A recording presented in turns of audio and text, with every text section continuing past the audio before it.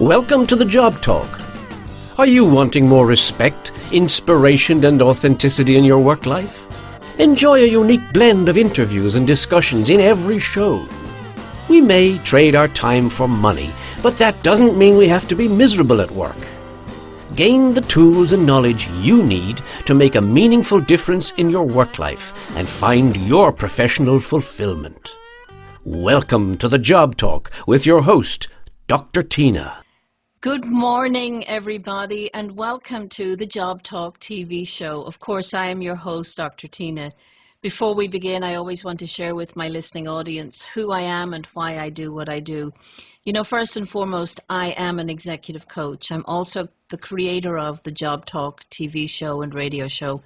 More significantly, I became a coach when I became aware of the joy, pain, and turmoil we each experience in our work life, and I studied to understand how to create harmony, peace, and joy in the hours, days, and weeks we spend on the job.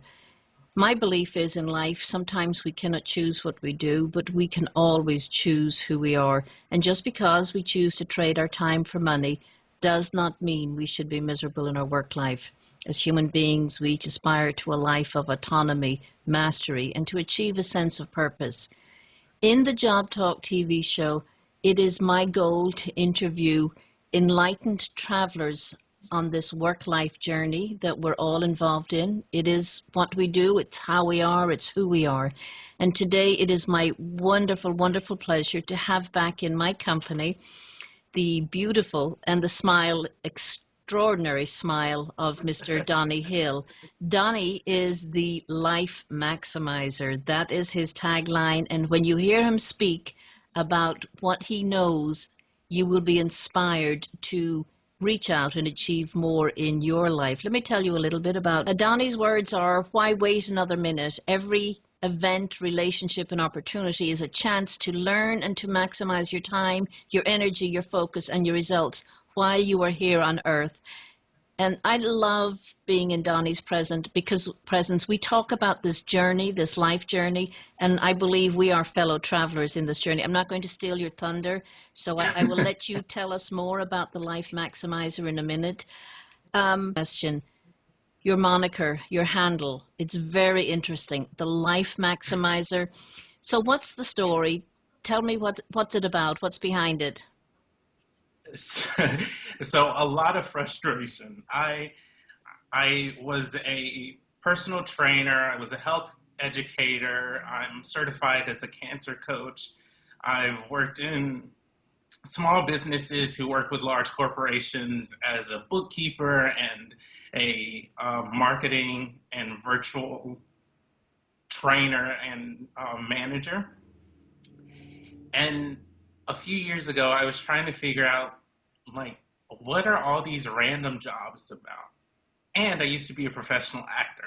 So I was in the arts, I was in health and wellness, I was in the corporate world.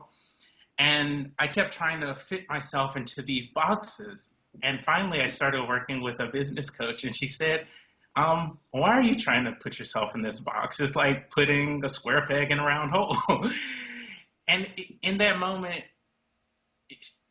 it was like she gave me permission to say, here's everything that I've done, and here are the things that are important to me. And it is possible to bring them all together. And so she said, Donnie, what is it that you really want to do? And I just told her, I want to help people live the best quality of life possible. And after a moment of silence, she said, you're a life maximizer. And I was like, what? She said, you're a life maximizer. And we both just started cracking up. And I stuck with it. It was like, I can't not use that. That's what I do. And that explains everything that I want to do, whether I'm working with the cancer community or in corporations or with small businesses. I want to help maximize people's quality of life and their well-being. So there we go. I say that there's the proactive approach, and then there's the you don't have a choice approach.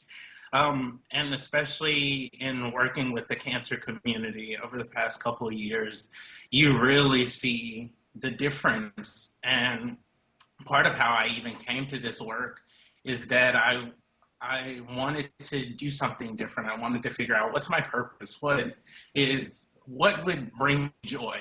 And so I was working with a coach at the time who was developing this cancer coach program. And I was like, oh, yeah, that sounds good. And then the week after I got into the program, my mom got her diagnosis. And so life just kind of threw it at me, and I could either say, well, here you go, and use this as an opportunity to improve my relationship with her and my family, or I could let it defeat me and then become the victim to my circumstances, and that wasn't going to be beneficial for me or for her or for my family and helping support. And so I really think it's a mindset. I would say if you do it proactively, then it makes it a lot easier, and you get to appreciate the steps along the way. But if it comes out of a specific circumstance and a difficult circumstance, then it takes a little more work. So I know from our previous conversations, you're also an athlete, and that had been your career focus for some number of years. In your wildest dreams, Quickly saw that wasn't the road that I wanted to go down, and so I needed to find a new way to help people and develop people. And then I came into coaching, and I was like, oh, here it is. I get to bring all of me to what it is that I want to do. okay, I do have to defer to my sponsors here. I'm going to ask you to hold that thought, because as the maximizer, we will be right back. Welcome back, everybody. I'm your host, Dr. Tina, and of course you are tuned in to the Job Talk TV show. It is my great pleasure today to be interviewing again the beautiful spirit, the person of Donnie Hill. Donnie, you are the life maximizer. We're not going to even ask you anymore why you are. You just are. So here's my question for you. While you work with people in a number of different ways, our focus today is on the power of acknowledgement. That the people that I work with, or the execs that I work with, are really trying to create a culture or an environment where there's collaboration and open and honest communication. And sometimes acknowledgement is all a team member wants, or recognition just to say, hey, I see you're doing really great work, or I see you met this deadline, or thank you for being a positive person. It's like people just want to feel seen and heard, and they want to provide input to really make a contribution to an organization or a community. And I think sometimes we forget how simple it can be. And as I've been working more and more with people, the thing that keeps coming up is I just want to be acknowledged. I just want to be heard. I just want to be seen. I just want people to know that I matter and that I want to do my best work. I think some of it has to do with everything that they have going on. Like they're worried about their bottom line. They're worried about their stakeholders. They're worried about their employees. They're worried about providing for their family. And so it's the stress and the overwhelm that's part of what keeps them from just being present.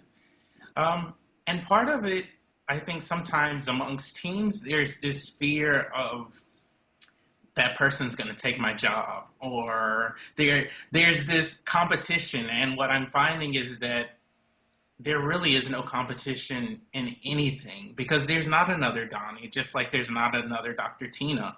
And so even though we might do similar work, the qualities and experiences and everything that we bring to it is so completely different.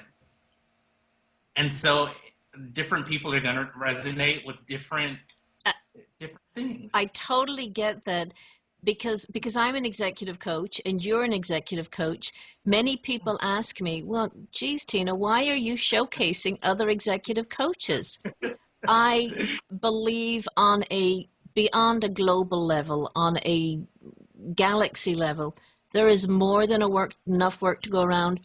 You cannot do what I do. I cannot do with you. There is no right coach for everybody. There's the right coach for somebody. And for me, the ability to showcase your work just highlights the differences between us. We're not in competition. I get a lot of grief sometimes even in my own community for doing this. And I go, we are not in competition. So yes, this is very true. It's a scarcity mentality. There's no shortage of work. So here's this thought, though, about acknowledgement. Why are you, Donnie Hill, so passionate about acknowledgement? Because it took me a really long time to acknowledge myself and to acknowledge the fact that I matter. And it made it really hard for me to do for other people. And so as I started to get clear about that for myself, I realized this makes life so much easier when I can say, here's who I am, here's what I offer. And then when I started to do that with other people, it was like, oh, this is what I've been looking for. The raise is great, but I really just want someone to say, I see you. And coaching really taught me how to do that. But also I see the healing process of it. Like when someone feels seen and heard, then it's like they open up and all of a sudden their healing can begin. And so it becomes this ripple or trickle effect that I get to be a part of and that I get to help other executives be a part of. Like that's what I'm finding they really want to do as leaders in their organizations or their communities. They want to make their people feel good. And simply by acknowledging them, they get to do that. It is so simple. It is so fundamental. And while you were speaking, my own intuition kicked in here, and I was thinking of something, a lady who worked for me many years ago. She didn't chastise me harshly, but she put me on notice, and she said something so simple. She said, you and I have the one heartbeat and we breathe the same air. And I thought, oh my God, I must have been a jerk that she would have needed to say something like that. Because it caught me off guard. And I was thinking, at that time, was so focused on the project, I was not acknowledging her, not just her contribution to the work, but her presence in my oxygen tank. Yeah. And brave that she was to call me on it. And it made such a difference in our relationship going forward. All she wanted was the greetings and salutations. She was a grown-up girl. She wasn't looking for pats on the back every time she walked around the corner. So it is a huge, huge topic. So I'm thinking here that we're going to run for a very quick station break, and we will be right back. However, Donnie, how would my viewing audience contact you to find out more about your coaching style and how they might engage you? Awesome. So all you would need to do is go to www.thelifemaximizer.com or send me an email at Donnie, DONNIE, at donnellhill.com. And Donnell Hill is DONELLHILL. Okay. Thank you, Donnie. Just hold that thought and we shall be right back. Welcome back, everybody. Of course, you're listening to the Job Talk radio show, and today is one of my most favorite shows. As an executive coach myself, I get to interview other executive coaches, and they think I do this just for them, but I learn from every transaction. And Donnie, your spirit just shines through in your smile here. You're talking about the power of acknowledgement. It is so fundamental that we forget it. We forget it. What then have you seen to be the most common or biggest challenge people face when it comes to dealing with acknowledging what's happening in their experience on their life journey? Wow. I think the biggest challenge that I've seen, or the most common challenge, is just being with the emotion if it's not a good feeling one. A lot of times the people that I'm working with are in personal transition or their company is in transition. And so there's a lot of stuff that comes up when you're going through change and growth.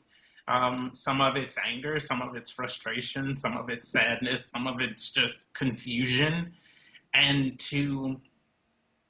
it's one thing to acknowledge your own, but it's another to be able to acknowledge another person's without making it wrong or without trying to soothe it and say, oh, there's no need to be angry or there's no need to be frustrated. It's like, no, allow that person to have their experience, because then that's when the real conversation and the connection will happen. And that's when you can have open, clear, honest communication about what's true for both of you and how can you move forward. That is so powerful. So let's put it back in the workplace again. The biggest success story that I'm seeing right now is a guy who recently became a temporary CEO for a company, and they're really going through a culture change. And he said, I want to leave a lasting contribution and I want to bring the team closer together. And so as we've been working, it's really been about connection and communication and consciously creating this environment and what that means. And I saw him the other day and he was leading a meeting, and just like his presence shifted. He was taking up the room, but he was also in a very open position, like, I want to hear what everyone is saying. And that was just great to see his own transformation and to see how it's... A minute left. What gift are you going to give to my listening audience so that they can feel acknowledged by your presence today? Awesome. So I have 5 complimentary spots available for my Maximize 101 breakthrough session. And it will be available until March 15, 2015. And in this 60-minute session, it's really about identifying your patterns and your blocks and everything that holds you back so that you can step into your next level of success and begin to elevate your quality of life and well-being and go from there. I absolutely love it. That is a wonderful gift. My listening audience knows where to find you, and they can always go to the Job Talk website to find out more about contacting you. Donnie, it has been my pleasure. Thank you. Thank you, Dr. Tina. To my listening and viewing audience, the Job Talk radio show is about being your most joyous self in your work life, no matter where you work, and to create joy for those who work with you. Today's lesson is about acknowledging other people. Don't underestimate the power of saying to someone, and how are you today? Donnie, how are you today?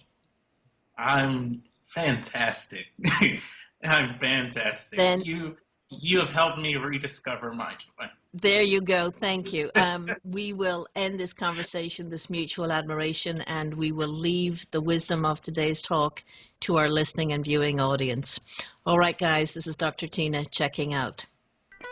Thanks for tuning in to the Job Talk. If you have a question for Dr. Tina or would like to learn more about her services as a solver of workplace and work-life problems, head over to www.thejobtalk.com and have a look around. It's time to start shaping your future at work.